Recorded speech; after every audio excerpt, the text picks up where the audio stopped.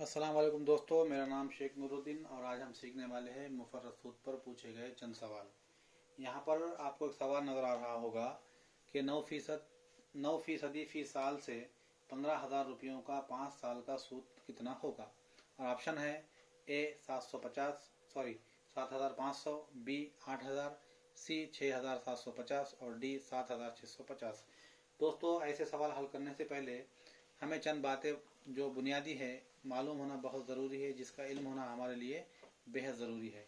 जैसे कि यहाँ पर आपको नज़र आ रहा होगा, ये जो 9 है, 9 इस रकम की शरह है और 15,000 रुपये यहाँ पर असल ज़र है और 5 साल जो है तो इसकी मुद्दत है। यानी कि इस तरह के सवालात में जो शरह होती है यानी कि फ़ीसदी होती है, तो जैसे कि यहाँ पर 9 है तो 9%, इसका मतलब ये हुआ कि 100 में से 9 मतलब हर 100 पर 9 और 15,000 रुपये उसका असल दर हुआ। यानी कि अगर हम जब भी किसी बैंक से या किसी साहूकार से पैसे लेते हैं ब्याज से, जिसे हम इंग्लिश में इंटरेस्ट कहते हैं, तो हमें उस पर कुछ ना कुछ जो है तो उसका फीसदी या फिर 100 पर कुछ रुपये हमें जो तो ब्याज देना होता है। तो यहाँ पर इसी को बताया गया कि 100 पर 9 रुपये यानी कि फीसदी 9% फी साल की शरह से, शरह मैं यहाँ पर लिखना भूल गया, 9% फी साल से 15,000 रुपयों का 5 साल का सूद कितना होगा। और 5 यहाँ पर जो तो मुद्दत है।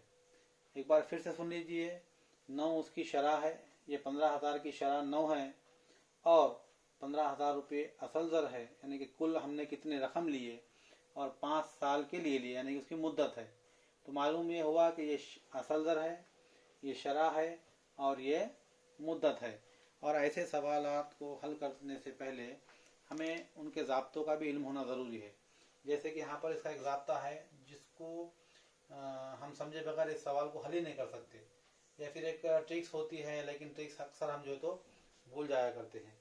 तो आइए हम इसका ज़ाब्ता देखते हैं कि मुफर्रद सूद बराबर है असल दर ज़रब शरह ज़रब मुद्दत बटा 100।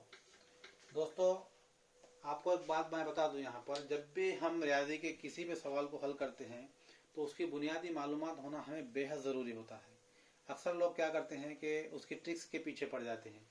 तो मेरा कहना यह है कि हमेशा हमें उसकी बुनियाद की तरफ जाना है। ऑटोमेटिक हमें ट्रिक्स भी समझ में आएंगी और वो सवाल का जो है तो जवाब को किस तरह से हल करना है हम खुद से भी कर सकते हैं। ट्रिक्स बहुत सारी हो सकती है और इंशाल्लाह मैं भी अगले वीडियो में या इसके बाद के सवाल में ट्रिक्स आपको बताऊंगा।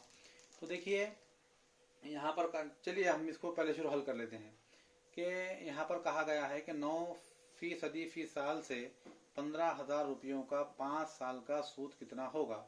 ऑप्शन आपके सामने है। तो इसको हल करना बहुत आसान है ज़ाब्ते के मुताबिक। जैसे कि यहाँ पर लिखना है, हमें मुफर्रद सूद मालूम करना है तो हमको जैसे कि वैसे लिखना है, मुफर्रद सूद बराबर है असल दर हमारी कितनी है, जिस अभी मैंने आपको बताया कि असल दर हमारी 15,000 रुपये है, यानी कि हमने 15,000 रुपये किसी बैंक से लिया है, तो हमें असल दर की जगह पर जो तो इसकी कीमत रख देनी है 15,000 रुपये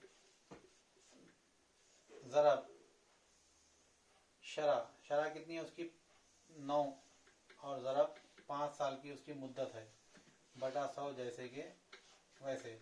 अब क्या करना है दोस्तों, आपको ये उसूल तो मालूम होगा कि जब भी हमें तकसीम करना होता है और शुमार कुनिंदा के जो आदाद होते हैं अगर वो ज़रब में हो तो हम उसको जो तो नीचे से ऊपर डायरेक्ट काट सकते, जैसे कि एक जैसे अगर नज़र आए तो, जैसे कि ये 2 0 से ये 2 0 कट गए, अब बचा ऊपर सिर्फ 150 ज़रब 9 ज़रब 5।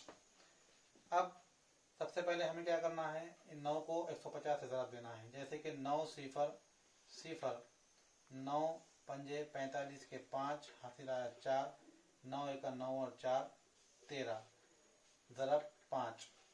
हमने अभी इन दोनों का ज़रब किया। अब रहेगा क्या, सिर्फ मुफर्रद सूद के सामने।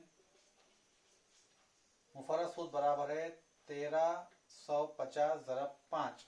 फिर हमें इसको ज़रब करना है 5 0 0 5 पंजे 25 के 5 हासिल आया 2, 5 3 15 2 17 का 7 हासिल आया 1, 5 1 5 और 1 6। दोस्तों, हमें इस बात का पता चला यहाँ पर कि 15,000 रुपये असल दर का 9% की शरह से 5 साल का सूद जो है तो 6,750 रुपये हुआ है। तो यहाँ पर आपको नज़र आ रहा होगा कि ऑप्शन नंबर सी में यहाँ पर बताया गया कि 6,750 रुपये उसका सूद मुफर्रद जो है तो यहाँ पर होगा। दोस्तों चलिए अब चलते हैं हम दूसरे सवाल की तरफ।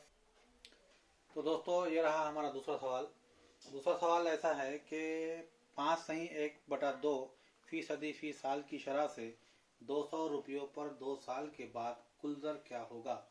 यानी कि अब इस सवाल में एक बात बताई गई है कि अब कुल दर पूछा गया है यहाँ पर, यानी कि 5/1/2% फी साल की शरह से 200 रुपयों पर 2 साल के बाद कुल दर क्या होगा। यानी कि आपको मालूम होना चाहिए कि कुल दर जो है तो हमेशा जो असल दर होता है और जो उस पर सूद होगा वो दोनों जब हम मिलाएंगे तो उसे हम कुल दर कहेंगे, जिसे हम मराठी में रास भी कहते हैं।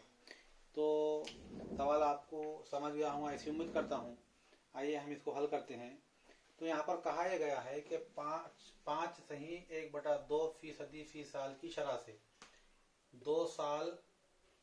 200 रुपयों पर 2 साल के बाद कुल दर क्या होगा। यानी कि यहाँ पर आप जब देख रहे होंगे कि यहाँ पर है तो मुरक्कब अदद है, और मुरक्कब अदद आने के बाद है तो अक्सर बच्चे ये सोचते हैं कि यार इसको हल कैसा करें। बड़ा आसान होता है दोस्तों, अगर हमने कसरे सीखी होंगी, कसरे अगर हमें मालूम होगा कि कसरों को किस तरह से हल करते हैं, और तमाम कसरों की जो किस्में हैं कि गैर वाजिब कसर को जो है तो मुरक्कब कसर में किस तरह तहवील किया जाता है, या हम उसको जो तो अशारिया में किस तरह लिखते हैं, तो ये बुनियादी बातें हैं। बहरहाल हम इसको हल करते हैं कि यहाँ पर कहा गया कि 5/1/2% फी साल की शरह से 200 रुपयों पर 2 साल के बाद कुल दर क्या होगा।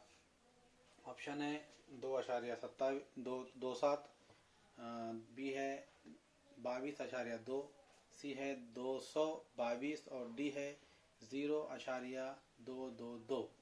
तो आइए दोस्तों हम इसको हल करते हैं। सबसे पहले हमें यहाँ पर इसको हल करना है। ये जो मुरक्कब कसर में दिया गया है तो हमें पहले इसको हल करना है। और आपको मालूम है कि हम ऐसे वक्त में जो तो हम इसकी ज़रब करते हैं 5/2 यानी कि 5 दूनी 10, और उसमें एक मिलाना होता है। हमें ऊपर का जो शुमार कुनिंदा होता है हमें उसमें मिलाना होता है। अमल कुछ इस तरह से होता है वो कि 5/2 जमा 1 यानी कि 5 दूनी 10 और 1 11/2। ये हुआ हमारा शरह हुई हमारी। उसके बाद ज़रब जो हमें ज़ाब्ता मालूम है आपको, इससे पहले मैंने लिखा था इसके पहले सवाल में कि सूद बराबर है असल दर ज़रब शरह ज़रब मुद्दत बटा 100। इसी ज़ाब्ते के हिसाब से हमको तो करना है।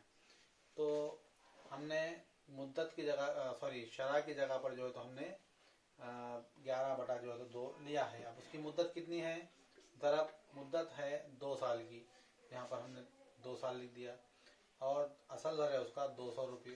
तो इस तरीके से हमने 200 रुपये यहाँ पर लिख दिया। अब बटे में जो तो 100 है। दोस्तों यहाँ पर आपको पता होगा कि ऐसी सूरत में जो तो हमें इस तरीके से लिखना है। ये जो 11/2 है तो यहाँ पर हमें 100 की ज़रब में देना है उसको नीचे शुमार कुनिंदा में, और मुफर्रद सूद जैसा का वैसा। यानी कि ज़ाब्ता ये हुआ कि मुफर्रद सूद बराबर है असल दर ज़रब शरह ज़रब मुद्दत बटा 100।